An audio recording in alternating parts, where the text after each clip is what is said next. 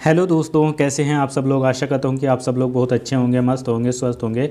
दोस्तों, अगर आप बीएड स्पेशल का एंट्रेंस एग्ज़ाम देने जा रहे हैं या आपने डीएड स्पेशल में एडमिशन लिया है या इसके अलावा आप डीएसएसबी की तैयारी कर रहे हैं, जिसमें स्पेशल एजुकेटर की तैयारी कर रहे हैं डीएसएसबी में, या आपको सीटेट वगैरह का कोई पेपर देना है, तो आप ये समझ लिए ये वीडियो आपके लिए आज बहुत ही इम्पोर्टेंट वीडियो है। इस वीडियो में मैं आपको बताऊंगा 2016 का जो दिव्यांगजन अधिकार अधिनियम है, उसमें जो 21 प्रकार की डिसेबिलिटी है उनकी पहचान क्या है, उनके लक्षण क्या है।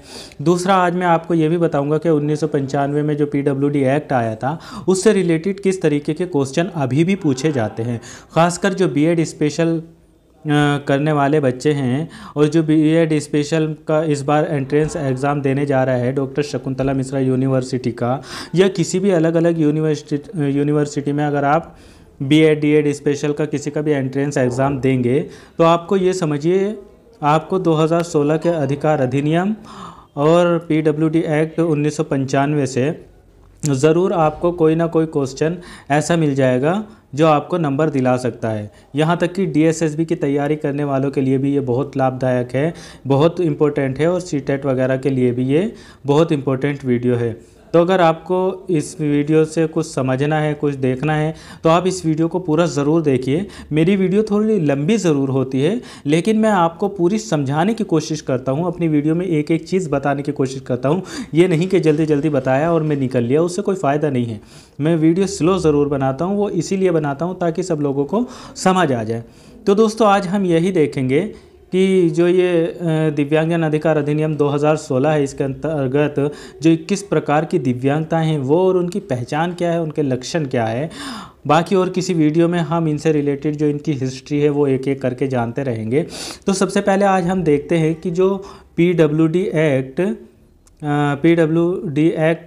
1995 हैं उससे अब किस तरीके के क्वेश्चन पूछे जाते हैं। खासकर जो शकुंतला मिश्रा यूनिवर्सिटी का एग्ज़ाम देंगे बीएड स्पेशल वाले, उसमें यहाँ पर भी इस तरीके के क्वेश्चन 1995 एक्ट से पूछे गए हैं।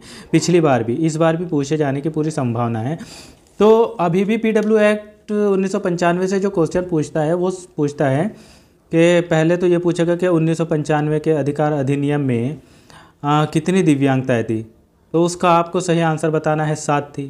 अब वो ऑप्शन में कभी कभी पूछ लेता है कि इनमें से कौन सी दिव्यांगताएं हैं जो 1995 के अधिकार अधिनियम में नहीं थी, या पूछेगा कि इनमें से कौन सी 1995 के अधिकार अधिनियम में दिव्यांगताएं थी, और आपको 3 ऑप्शन दे देगा इनमें से, और चौथा दे देगा ये सभी। तो उस हिसाब से अगर आपको पता होगा तभी तो आप इस तरीके के क्वेश्चन कर पाएंगे। तो पहले तो मैं आपको बताता हूं कि पीडब्ल्यूडी एक्ट 1995 जो था दिव्यांगजनों के लिए, उसमें 7 प्रकार की दिव्यांगताएं थी, ठीक है। और उसमें कौन कौन सी दिव्यांगताएं थी ये मैं आपको बता देता हूं, तो आप इनको अच्छे से याद कर लीजिए कि वो कौन कौन सी दिव्यांगताएँ थी। सबसे पहले तो उसमें एक मेंटल रिटार्डेशन, ये पहले से ही था, अभी भी है। अभी तो वो 7 के 7 हाई है, लेकिन हमको बात करनी पहले 1995 में कौन कौन सी थी। तो जो मानसिक मंदता यानी मेंटल रिटार्डेशन, जिसको शॉर्ट में एमआर बोलते हैं, ये 1995 के अधिकार अधिनियम में था। इसके अलावा मेंटल इलनेस यानी मानसिक रोगी, जो ये चौथे नंबर पे है, ये वाली भी थी। इसके अलावा हियरिंग इम्पायरमेंट, ठीक है, ये भी 1995 के अधिकार अधिनियम में था। और इसके अलावा ब्लाइंडनेस और अल्प दृष्टि, ठीक है, दृष्टि बाधित यानी ब्लाइंडनेस और अल्प दृष्टि यानी लो विज़न, ये दोनों भी थे। इसके अलावा लोकोमोटर यानी चलन निशक्तता, लोकोमोटर डिसेबिलिटी जो है वो भी 1995 के अधिकार अधिनियम में था, और 6 हो गए। और इसके अलावा 7वीं जो थी वो था लेप्रोसी क्योर्ड, यानी ये कुष्ठ रोग से युक्त वाला, ये, ठीक है। तो दोस्तों, मैंने आपको बताया कि 1995 का अधिकार अधिनियम जो था उसमें ये 7 दिव्यांगताएं थी। आप इनको अच्छे से याद कर लीजिए, इन 7 को याद कर लीजिए। उसके बाद में अब मैं आपको बताता हूँ कि ये जो 2016 में आया था दिव्यांगजन अधिकार अधिनियम, और ये लागू हो गया था 2017 से।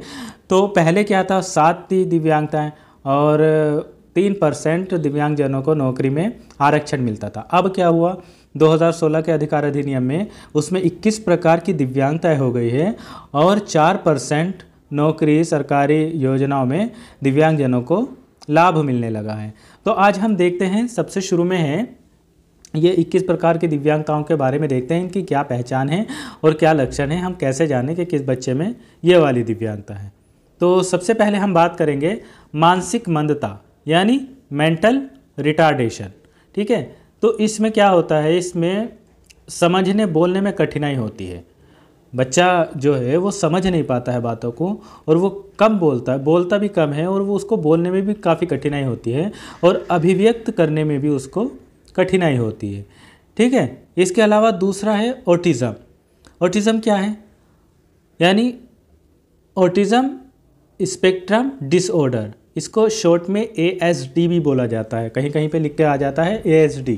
तो ASD का मतलब ही होता है ऑटिज़म। इसमें क्या होता है, किसी कार्य पर ध्यान केंद्रित करने में कठिनाई होती है, आंख मिलाकर बात ना कर पाना होता है और गुमसुम रहना। तो जिस बच्चे को ऑटिज़म है उस बच्चे में क्या क्या आपको लक्षण दिखाई देंगे। एक तो वो अपना एक जगह पर ध्यान नहीं लगा पाएगा। ठीक है, इसके अलावा वो आँखों को मिलाकर आपसे, जैसे हम एक दूसरे की आंखों में आंखें डालकर बातें करते हैं, इस तरीके की वो आंखों में आंखें डालकर बात नहीं कर पाएगा। दूसरा, वो थोड़ा गुमसुम रहेगा या उसमें ऐसी एक्टिविटी होगी कि वो अपने अपने में मस्त रहेगा, अपने से बातें करेगा और किसी से भी मिलना उलना किसी को भी पसंद नहीं करेगा। इसके अलावा तीसरे नंबर पे है सेरेब्रल पाल्सी। ठीक है, यानी पोलियो नर्व इंजरी। इसमें क्या होता है, पैरों में जकड़न होने लगती है। जिसको सेरेब्रल पाल्सी होता है, सेरेब्रल पाल्सी, उसमें क्या होता है, पैरों में जकड़न होने लगती है, चलने में कठिनाई होने लगती है और हाथ से काम करने में कठिनाई होती है। अगर वो अपना हाथ ऊपर को इस तरीके से उठाता है तो उसका मूवमेंट सही से नहीं हो पाता है और वो किसी चीज़ को सही से पकड़ भी नहीं पाता है। तो ये होता है सेरेब्रल पाल्सी। इसके नंबर पे चौथे नंबर पे आती है मानसिक रोगी यानी मेंटल इलनेस। इसमें क्या होता है, इसमें अस्वाभाविक व्यवहार होता है, खुद से बातें करने लगता है बच्चे, भ्रमजाल में फंस जाता है, मति भ्रम हो जाती है और व्यसन यानी नशे का आदी भी हो जाता है और किसी से डर भय और गुमसुम रहना। तो जान गए ना आप लोग, इसमें क्या होता है, अस्वाभाविक व्यवहार करने लगता है, अलग अलग तरीके का उसमें व्यवहार आ जाता है और वो खुद से ही बातें करता रहता है। इसके अलावा उसमें एक भ्रम हो जाता है, जैसे किसी चीज़ से डरने लगता है ना, उसको किसी से भी देखकर उसको डर लगेगा, वो दूर भागेगा। तो इस तरीके की इसकी पहचान होती है और वो गुमसुम भी रहेगा। इसके अलावा 5वें नंबर पे आता है श्रवण बाधित यानी हियरिंग इम्पायर्ड, शॉर्ट में HI बोलते हैं। इसमें क्या होता है, कानों में बहरापन हो जाता है, ऊंचा सुनने लगता है, कम सुनने लगता, बिल्कुल भी नहीं सुनाई देता है। इस तरीके की जो सारे लक्षण होते हैं वो बच्चे में हमको दिखाता है कि उसको श्रवण बाधिता है। ठीक है, अब हम इसके अलावा देखते हैं 6ठे नंबर पे मूक निःशक्तता यानी स्पीच इम्पायरमेंट। इसमें क्या होता है, बोलने में कठिनाई होती है, सामान्य बोली से अलग बोलता है जिसे अन्य लोग समझ नहीं पाते। मतलब वो इस तरीके से आवाज़ निकालता है कि उसकी आवाज़ को हम जान ही नहीं पाएंगे, वो हमसे क्या कहना चाह रहा है बच्चा, ये बिल्कुल भी हम नहीं पहचान पाएंगे और उसको बोलने में बहुत कठिनाई होती है। तो हमने 6 दिव्यांगताएँ देख ली। अब हम देखते हैं 7वें नंबर की दिव्यांगता जो है दृष्टिबाधित यानी ब्लाइंडनेस। इसमें क्या होता है, देखने में कठिनाई हो जाती है और पूर्ण दृष्टिहीनता हो जाती है। बच्चा पूरी तरीके से ब्लाइंड हो जाता है, उसको दुनिया का कुछ भी चीज़ दिखाई नहीं देती है, उजाला दिन रात इन सब बातों को उसको कुछ भी दिखाई नहीं देता है, वो टोटली रूप से इसमें ब्लाइंड हो जाता है। और 8वें नंबर पर आता है अल्पदृष्टि यानी लो विज़न। इसमें कम दिखता है, 60 वर्ष से कम आयु की स्थिति में रंगों की पहचान नहीं कर पाता है। इसमें क्या होता है, उसको दिन रात का तो पता चलता है कि अब दिन है रात है या अंधेरा है उजाला है, लेकिन बहुत कम दिखता है। उसको किताब देखकर पढ़ने में भी काफ़ी कठिनाई होती है, इसलिए वो एक लेंस वगैरह आती है उनका प्रयोग करके पढ़ते हैं। इसके अलावा 6ठे नंबर पे आता है चलन निःशक्तता यानी लोकोमोटर डिसेबिलिटी। इसमें हाथ या पैर अथवा दोनों ही निशक्त हो जाते हैं, लकवा हो जाता है, हाथ या पैर कट जाता है। जैसे आप लोग देखते होंगे कि बहुत लोगों का ट्रेन में आजकल एक्सीडेंट बहुत होने लगे हैं तो दोनों पैर कट जाते हैं, तो वो भी तो एक प्रकार की चलन निशक्तता हो गई, लोकोमोटर डिसेबल्ड हो गए। और किसी को जैसे पोलियो हो जाता है तो वो भी बिल्कुल लोकोमोटर हो जाते हैं, व्हीलचेयर यूज़र हो जाते हैं। तो हाथ या पैर अथवा दोनों ही, किसी किसी का हाथ पैर भी नहीं काम करता, किसी का हाथ काम नहीं करता, पैर काम करते हैं, इस तरीके की जो भी होता है वो सब लोकोमोटर में आते हैं। इसके अलावा 10वें नंबर पे हम देखते हैं कुष्ठ रोग। कुष्ठ रोग से मुक्त यानी लेप्रोसी क्योर्ड। इसमें क्या होता है, इसमें हाथ या पैर या उंगलियों में विकृति हो जाती है, टेढ़ापन आ जाता है, रंगीन धब्बे हो जाते हैं, हाथ या पैर या उंगलियां सुन्न हो जाती है, मोटी मोटी उंगलियां हो जाती है, मतलब एक अजीब तरीके की लगती है, अलग तरीके से लगता है उसमें। कोई उंगली छोटी, कोई बड़ी और कोई बहुत मोटी मोटी, और उनमें बिल्कुल अगर आप नोचोगे भी तो उसमें बिल्कुल भी नहीं पता चलेगा, जो सेंसेशन होता है उसका बिल्कुल ख़त्म हो जाता है। तो इस तरीके का रोग जो होता है वो कुष्ठ रोग से मुक्त, इसको लेप्रोसी क्योर्ड बोलते हैं। इसके अलावा 11वें नंबर पे आता है बोनापन यानी डिवार्फिज्म।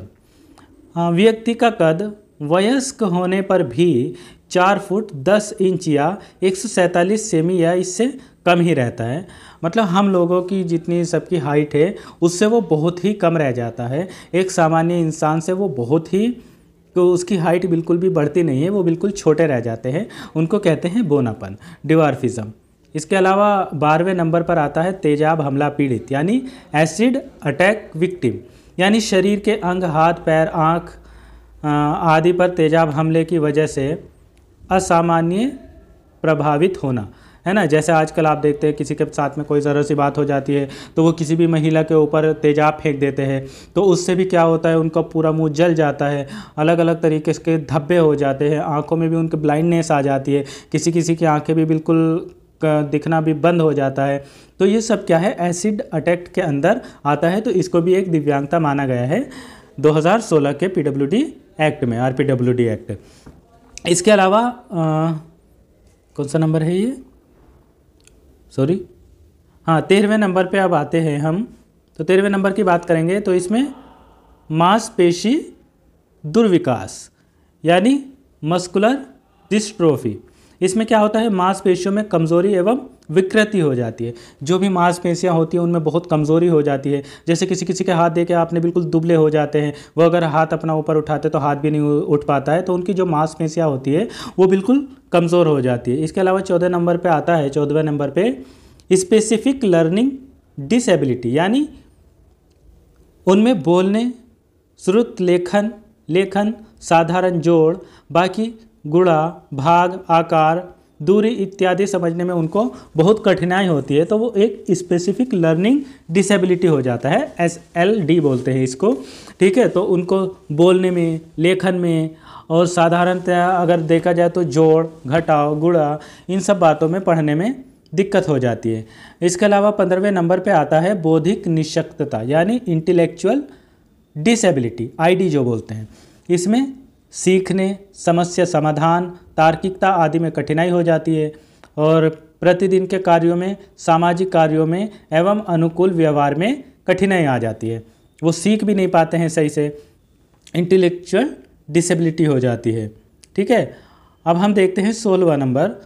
तो 16वें नंबर पे आता है मल्टीपल स्क्लेरोसिस, ठीक है। मल्टीपल स्क्लेरोसिस यानी दिमाग एवं रीढ़ की हड्डी के समन्वय में परेशानी हो जाती है। जो दिमाग है और जो हमारी रीढ़ की हड्डी है, इनके बीच का जो कॉम्बिनेशन होता है, जो ये एक दूसरे से मिलकर काम करते हैं, इसमें क्या होता है, सामान्य में इसमें परेशानी हो जाती है, इनमें समन्वय नहीं हो पाता है, कोऑर्डिनेशन नहीं बैठ पाता सही से, तो इसमें दिमाग भी काम नहीं करता है, तो इसीलिए इसको कहा गया है मल्टीपल स्क्लेरोसिस। इसके अलावा 17वें नंबर पर आता है पार्किंसंस रोग, ठीक है, पार्किंसंस डिसीज़। इसमें हाथ, पाँव, मांसपेशियों में जकड़न हो जाती है, तंत्रिका तंत्र प्रणाली संबंधी सभी कठिनाई आने लगती है, जितनी भी मांसपेशियां होती है उनमें अलग तरीके की जकड़न होने लगती है। इसके अलावा 18वें नंबर पर आता है हीमोफीलिया यानी अधिक रक्त स्त्राव, ठीक। तो इसमें जरा सी भी चोट लगने पर अत्यधिक रक्त जो है स्राव हो जाता है और रक्त बहना बंद ही नहीं हो जाता है। अगर इस तरीके की किसी को हीमोफीलिया की बीमारी है और उसके जरा सी भी चोट कहीं पर लग जाए तो उसमें इतना ब्लड बहेगा, इतना ब्लड निकलेगा, इतना ब्लड निकलेगा कि ब्लड रुकने का नाम नहीं लेता है। ठीक है। इसके अलावा 19वें नंबर पर आता है थैलेसीमिया। थैलेसीमिया में खून में हीमोग्लोबिन की विकृति हो जाती है, खून मात्रा कम हो जाती है, बच्चे के शरीर में खून बन नहीं पाता है और हीमोग्लोबिन की इसमें बहुत कमी आ जाती है। ठीक है। इसके अलावा 20वें नंबर पर आता है स्किल सेल डिजीज़। इसमें क्या होता है, इसमें खून की कमी हो जाती है और खून की कमी भी अत्यधिक रूप से हो जाती है जिसको रक्त अल्पता कहते हैं और खून की कमी से शरीर के अंग अवयव खराब हो जाते हैं। इसके अलावा 21वें नंबर की लास्ट डिसेबिलिटी है बहुनिशक्तता, यानी मल्टीपल डिसेबिलिटीज़, यानी 2 या 2 से अधिक निशक्तता से ग्रसित बच्चा। मतलब ऐसा बच्चा जिसको देखने में भी दिक्कत है और चलने में भी दिक्कत है, या ऐसा बच्चा जिसको चलने में भी दिक्कत है, सुनने में भी दिक्कत है, या ऐसा बच्चा जिसको सुनने में भी दिक्कत है और देखने में भी दिक्कत है। तो इस तरीके से जिसमें 2-2, 3-3 डिसेबिलिटी आ जाती है उसको मल्टीपल डिसेबिलिटी की कैटेगरी में रखा जाता है। तो दोस्तों मैं आशा करता हूँ कि आप लोगों को ये वीडियो बहुत ही पसंद आएगी।